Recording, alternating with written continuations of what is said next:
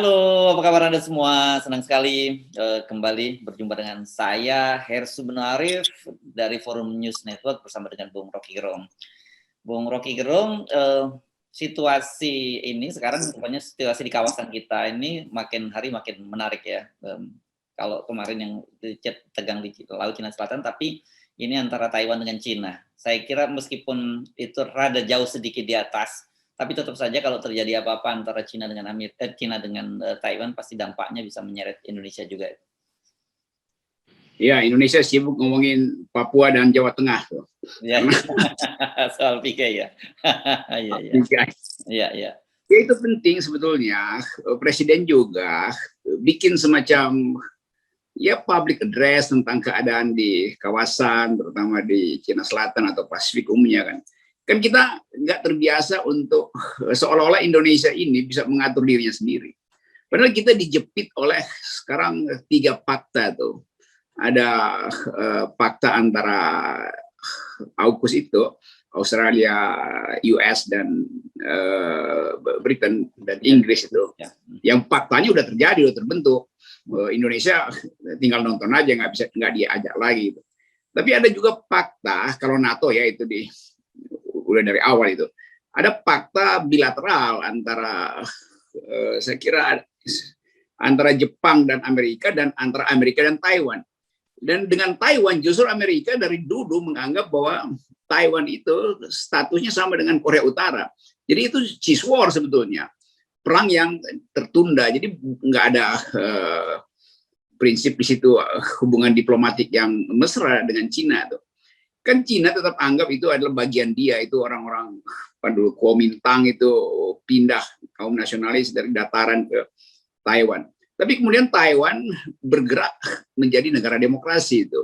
Nah itu sebetulnya kenapa Amerika selalu protect Taiwan, karena Taiwan negara demokrasi itu. Dan Amerika selalu punya semacam doktrin politik luar negeri, yaitu ikut intervensi ke dalam situasi kendati itu di luar Amerika, bila ada halangan terhadap hak asasi manusia atau pemburukan demokrasi. Jadi dengan sendirinya Amerika akan proteksi Taiwan, karena doktrin Amerika adalah perluas kebebasan, bukan perluas wilayah. Nah Cina sebaliknya, dia mau memperluas wilayah dengan mau mencaplok Taiwan. Jadi pasti terjadi ketegangan di situ. Dan ada perjanjian bahwa kalau Taiwan diserang, maka Amerika akan menyerang balik. Itu perjanjian dari tahun 49 apa. Iya. Kira-kira itu latar belakangnya. Dan saya kira Indonesia memang dalam posisi, ya karena hubungannya dengan Cina, mengikuti doktrin One China Policy gitu ya, menganggap bahwa tidak ada dua negara Cina. Sementara Amerika sebaliknya. Jadi ini kira-kira menarik. Tetapi kita perlu membahas ini, juga kita penting mengingatkan pada viewer kita jangan dianggap bahwa kita hidup dalam seperti kata dalam tempurung gitu ya. Ketika terjadi pergolakan di geopolitik global, kita nggak kena imbasnya apa-apa. Itu langsung kena imbas dagang, juga imbas konflik ideologi itu. Kan Amerika seolah-olah mau mengatakan Indonesia kalau nggak memberi statement terhadap AUKUS itu artinya pro-Cina tuh. Dan kita tahu Joe Biden sebetulnya waktu meresmikan AUKUS itu di depan Perdana Menteri Australia Morrison mengatakan bahwa fakta terbaik hari ini adalah fakta AUKUS. Dan Joe Biden tambahkan dia sudah menemukan partner terbaik untuk beroperasi di Asia Pasifik, yaitu Inggris. Walaupun kemudian masih ada dispute soal dagang antara Australia dan Prancis, karena Prancis merasa ditinggalkan kontraknya dengan Australia, itu membekali armada submarine Australia dengan diesel, tapi Amerika belum pernah pakai nuklir aja supaya cepat nyampe di Cina Selatan. Kira-kira begitu. Jadi Indonesia mestinya juga ada pembicaraan. Memang kita mungkin merasa nggak mampu untuk bertanding di situ. Tapi persiapan pengetahuan rakyat harus dibekali sejak sekarang. Jangan Presiden Jokowi sibuk ngurusin Jawa Tengah, bolak-balik ke daerah, dan seolah kita dianggap nggak ada soal dengan politik luar negeri itu. Demikian juga PDIP terlalu sibuk ngurus-ngurus Puan dan Ganjar, lupa bahwa Bung Karno kasih pesan bahwa politik Indonesia itu selalu harus relevan dengan politik dunia tuh. Itu yang nggak terjadi dalam pembicaraan kita hari-hari ini. Ya, nah karena kita berkaitan dengan konstelasi politik luar negeri, berkaitan dengan kekuatan militer ya, ini kan persaingan kekuatan militer, kita menarik juga ini karena hari ini kalau saya tidak salah harinya ini hari terakhir ya persidangan di DPR dan itu akan reses sampai tanggal 7 November, Bung Rocky. Ini penting. Kenapa? Karena tanggal 8 Novembernya itu Panglima TNI akan pensiun. Nah, kalau hari ini Presiden belum juga mengirimkan usulan siapa yang akan diangkat sebagai Panglima TNI, ini menjadi sangat menarik juga nih, Bung Rocky. Mungkin Presiden lagi nunggu sinyal dari Joe Biden karena Indonesia mau terseret di dalam konflik global tadi itu. Tapi balik pada prinsip bahwa harusnya kepastian profesionalitas tentara itu sudah dicapai 6 bulan lalu. Jadi bayangkan misalnya tinggal 1 hari begitu dibuka resetnya ditarik lalu sidang kabinet, lalu orang pusing tuh. Ini sebetulnya masih Pak Hadi atau Hadi sebetulnya udah pensiun dengan sendirinya dan tidak ada jabatan baru. Itu juga menimbulkan bukan saja kevakuman tapi perakiraan-perakiraan yang pasti sifatnya sangat politis. Dan itu mendebarkan Andika, mendebarkan Yudo. Kan ini nggak fair, mereka yang sebetulnya udah di ujung untuk dilantik, juga nggak dilantik oleh Presiden, kan? Atau tidak diusulkan oleh Presiden. Ini Presiden nggak bertanggung jawab, karena harus ada koordinasi cepat-cepat di kalangan TNI, justru karena ada peristiwa baru di Cina Selatan, dan eskalasi di Cina itu berlangsung terus. Jadi bagaimana mungkin tentara itu mau mengantisipasi, bikin ekstrapolasi tentang kekuatan, kalau sampai sekarang nggak ada kepastian siapa yang harus mengatur strategi, kan? Jadi itu intinya. Nah biasanya Panglima yang tahu dia udah mau pensiun, ya dia udah nggak, sebetulnya dia juga merasa oke, saya sebetulnya nggak perlu lagi atur strategi, karena udah kepepet, mestinya Panglima baru yang ngatur strategi global di Cina Selatan, misalkan itu mesti dihitung tuh. Jadi karena Presiden juga nggak paham tentang potensi konflik atau eskalasi di Cina Selatan, dia diam-diam aja, seolah-olah urusan militer itu hanya urusan dalam negeri Indonesia. Ya, ini menarik karena dengan kalau sampai hari ini, hari ini tidak ada surat yang dikirim oleh Presiden berupa usulan siapa Panglima TNI, berarti ya nanti seperti yang saya sebut tadi, kalau ada kemungkinan, nah spekulasi menjadi menarik. Atau jangan-jangan Presiden mau memperpanjang masa jabatan dari Pak Hadi, kan gitu. Dan ini kan pernah terjadi juga di masa era reformasi ketika Pak SBY waktu itu memperpanjang masa jabatannya Panglima TNI Henry Hartono Sutarto. Nah, tapi kalau waktu itu kasusnya menarik karena sebenarnya Kasat waktu itu Ria Mizat sudah diajukan oleh Presiden sebelumnya, Ibu Megawati menjadi Panglima TNI, sudah disampaikan ke DPR, tapi kan kemudian ditarik lagi oleh Pak SBY. Nah, apakah ini strategi yang sama mau digunakan oleh Jokowi, itu mengganjal Andika? Ini kan juga menjadi pertanyaan menarik kalau gitu kan, jadinya kemana-mana apanya analisisnya, Bung Rocky? Ini paralel aja kan, karena PDIP tentu lebih cenderung untuk mengusulkan Andika karena kita tahu kimia di dalam itu memerlukan semacam sinyal kuat bahwa Andika lebih diinginkan oleh PDIP. Jadi mungkin begitu juga nanti. Jadi Andika direamisarkan, kira-kira begitu kalau bahasa jurnalis, ditahan karena akan memperpanjang Jenderal Hadi. Tapi di dalam keadaan sekarang ada kondisi lain, yaitu eskalasi politik nasional itu berimpit dengan tadi eskalasi di global, sekaligus keadaan hari-hari ini tentara itu diseret-seret dalam politik. Nah, ya itu yang menarik. Ini soalnya, dan kita menganggap bahwa ya udah kalau begitu itu berarti pasti akan jadi keributan nanti itu, karena ketegangan ini akan bertemu dengan ketegangan politik lain soal apa namanya nih Pandora Papers segala macam. Itu satu paket sebetulnya. Jadi mungkin Presiden terlalu banyak variabel di kepalanya sehingga tidak mampu mencari jalan keluar, atau memang nggak ada variabel di kepalanya, nggak tahu apa sebetulnya tuh. Ya. Ini akan karena diulur-ulur jadinya spekulasi politiknya semakin kencang nih, Bung Rocky. Kita nggak tahu yang jelas kalau kemudian Pak Hadi diperpanjang, selesai karirnya Andika, karena dia bagaimana akan memasuki dia tinggal kalau toh sekarang dia diangkat menjadi Panglima TNI, masa pensiunnya juga tinggal 1 tahun juga. Sebenarnya sangat pendek juga sebagai seorang Panglima TNI hanya dalam kurun waktu 1 tahun itu. Ya, di situ trikinya tuh. Presiden ingin Panglima itu mengabdi pada dia tuh, supaya dia bisa diamankan di 2024 atau sampai 2027 tuh. Tetapi sampai sekarang Presiden nggak tahu siapa yang akan mengamankan dia tuh. Kan tetap Presiden mau ada seorang ya petinggi-petinggi khususnya TNI yang bisa menjamin ada suksesi yang mulus, bisa menjamin bahwa keinginan Presiden di 2024 akan diwujudkan oleh Panglima TNI itu. Diam-diam kan itu intinya kan. Artinya Presiden Jokowi nggak legowo kalau bangsa ini tumbuh dalam profesionalitas. Jadi biarkan aja tentara merumuskan sendiri siapa yang harus jadi Panglima, lalu mesti tentara yang datang pada Presiden, Pak Presiden kami sudah selesai ini calon-calonnya, supaya Presiden tinggal oh ya itu.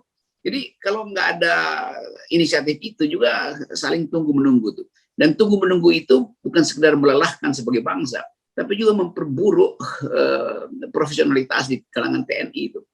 Ya. Nah, bagian ini yang kita nggak tahu nih tricky, atau saya sebut tadi Presiden nggak punya pengetahuan tentang apa yang disebut meritokrasi, sistem profesionalitas. Dia cuma tahu, atau beliau cuma tahu, atau cuma ingin agar supaya ada yang menjamin dia. Jadi berubah sekali fungsi dari militer itu, bukan untuk menjamin kelangsungan presiden atau dinastinya, atau siapa yang akan didukung sebagai successor dari Jokowi. Tugas tentara itu adalah melindungi segenap tumpah darah Indonesia dari serangan luar, kan itu intinya.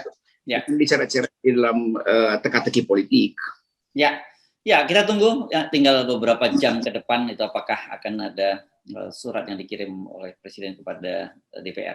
Kita beralih lagi deh, Bung Rocky, ini berkaitan dengan ini menarik, ada statement dari pimpinan KPK yang menyatakan mereka akan mendalami informasi adanya Aziz Samsudin, Wakil Ketua DPR yang sudah mantan ya, dia sudah dipastikan dia berhenti sebagai Wakil Ketua DPR ya, Aziz ya.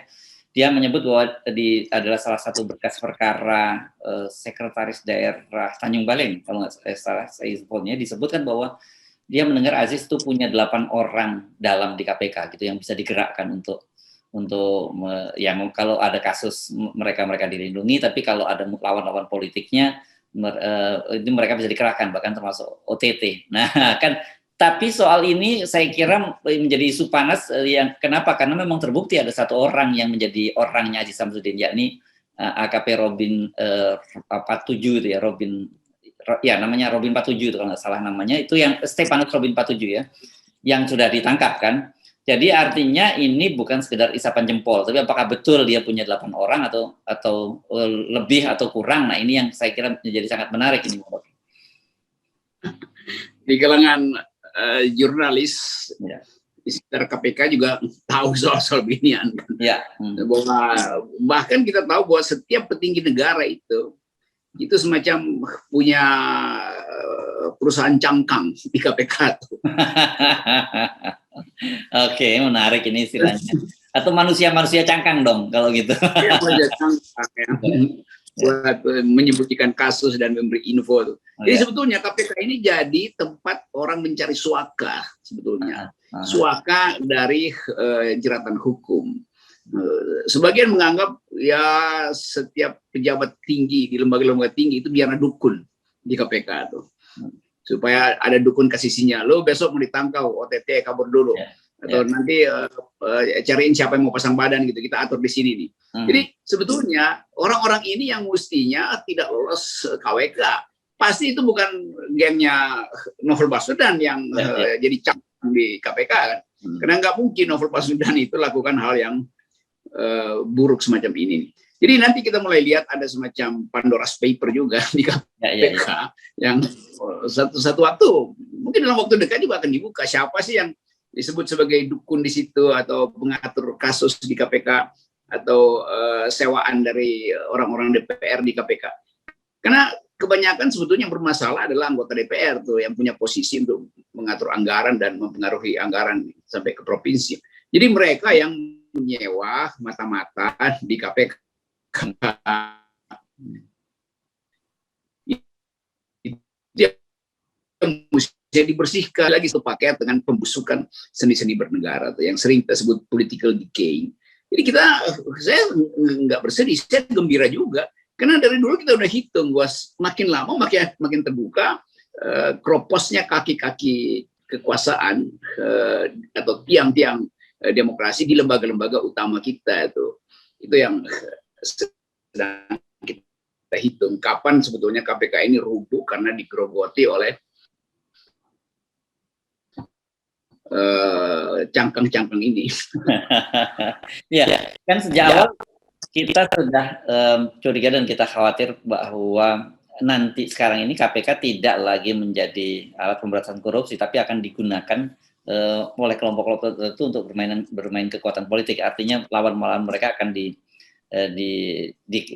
dikorupsikan, bukan dikriminalisasi, dikoruptisasi. Susah itu. Apa istilahnya? Ada kriminalisasi, ada apa ini? Koruptisasi. Ya. Nah, ya. Itu yang kan. Ya. Dan itu yang dulu kita tentang sebetulnya, karena kita tahu di dalamnya ada corruptisation. Ya. Mulai dari soal pelolosan undang-undang KPK itu kan. Nah sekarang siapa yang mesti bertanggung jawab? Mestinya begitu ini masuk ke wilayah publik itu Dewan Pengawas mestinya lakukan semacam affirmative action itu. Ya. Jadi mestinya malam ini Dewan Pengawas bikin rapat, terus besok terangkan pada publik dan akui aja bahwa memang ada kelompok itu di KPK. Baru nanti terbuka investigasi pers. Kalau nggak dibuka, kalau Dewan Pengawas nggak kasih sinyal, pers juga susah masuknya tuh. Nanti dianggap pencemaran nama baik segala macam itu kan. Jadi harusnya ini beban pada Dewan Pengawas karena ini soal etik gitu. Sebelum dia jadi kasus kriminal, dia adalah soal etik. Jadi sinyal bahwa Aziz Syamsuddin memelihara cangkang-cangkang di situ, itu artinya bukan cuma Aziz Syamsuddin, yang lain juga punya cangkang di situ. Jadi sama seperti Virgin Island yang atau sebuah negara di mana itu yang sumber yang orangnya itu lebih sedikit dari perusahaan cangkangnya tuh. Panama juga begitu tuh. Jadi sebetulnya lebih banyak kemaksiatan politik di KPK. Kita pakai istilah itu ya, kemaksiatan politik tuh. Karena sama seperti utang yang diam-diam di KPK juga ada kemaksiatan yang diam-diam yang akhirnya tercium juga. Ya kan kalau kasus penyidik KPK yang jadi orangnya Syamsuddin kan udah jadi fakta hukum karena sudah masuk ke persidangan yang tersebut tadi. Terus ada kasus etika komisioner KPK Lili Pintauli Siregar. Udah terbukti itu kan, walaupun kemudian cuma dihukum dipotong gajinya saja gitu, bukan tunjangannya. Gajinya sih kecil, tunjangannya yang gede. Kan? Jadi sebenarnya dari situ saja kita sudah nggak terlalu kaget bahwa ini pasti bukan hanya sekedar rumor, karena saya juga mendengar misalnya pimpinan KPK minta kalau memang tahu ada orang-orang Aziz Syamsuddin di situ, tolong disebutkan, dilaporkan pada kami. Itu kan begitu, itu yang selalu bahasanya semacam itu. Ya jadi ini bukan sekedar oknum, ini udah sistem di dalam KPK ini. Jadi sistemnya memang bobrok gitu. Nah saya mengusulkan cepet-cepet novel Baswedan itu pindah aja ke Kapolri sana. Jadi reserse di situ supaya nanti novel CS ini 56 atau 57 orang ini yang nanti akan menggerebek KPK atas perintah undang-undang. Tapi polisi boleh kalau ada sinyal dan dilaporkan ya polisi akan grebek aja KPK kan. Jadi fungsi dari 56 ini justru bermanfaat, blessing disguise, karena dengan cara itu persaingan antara KPK dan Polri yang tadinya dulu mulai dari cicak buaya itu sekarang betul-betul buayanya yang benar tuh. Jadi buaya putih nih, buaya putih. Buaya putih itu ada wisdomnya tuh. Oke, kita tunggu saja karena katanya akan didalami. Ini bahasa-bahasa yang akan didalami, akan apa ini saya nggak tahu apa. Tapi kita mendorong untuk bongkar-bongkar. Meskipun ini akan saling membongkar, saya kira karena faktanya kalau faktanya Aziz Syamsuddin akhirnya ditangkap juga. Ini jadi ada faksi-faksi lah gitu, tarik menarik di kalangan KPK itu dan nanti tinggal kuat-kuatan saja dan kita tinggal menikmatinya kan. Karena itu kita mesti berpikir, hakim berpikir praduga tak bersalah, tapi kita wajib berpikir praduga bersalah. Jadi Aziz Syamsuddin itu ada Golkarnya di belakangnya tuh. Karena itu Golkar langsung cepat-cepat pecat dia kan. Karena jangan sampai yang lain merembet sebetulnya. Jadi seolah-olah Golkar itu bersifat profesional memecat Aziz Syamsuddin. Padahal sebetulnya untuk memutus kaitan antara Aziz Syamsuddin dan tokoh-tokoh lain di partai itu. Sangat mungkin tokoh-tokoh itu yang juga punya kekuasaan di DPR memelihara cangkang-cangkang yang sama. Karena ini hobinya sama kan. Oke. Baik Bung Rocky, terima kasih banyak. Sip.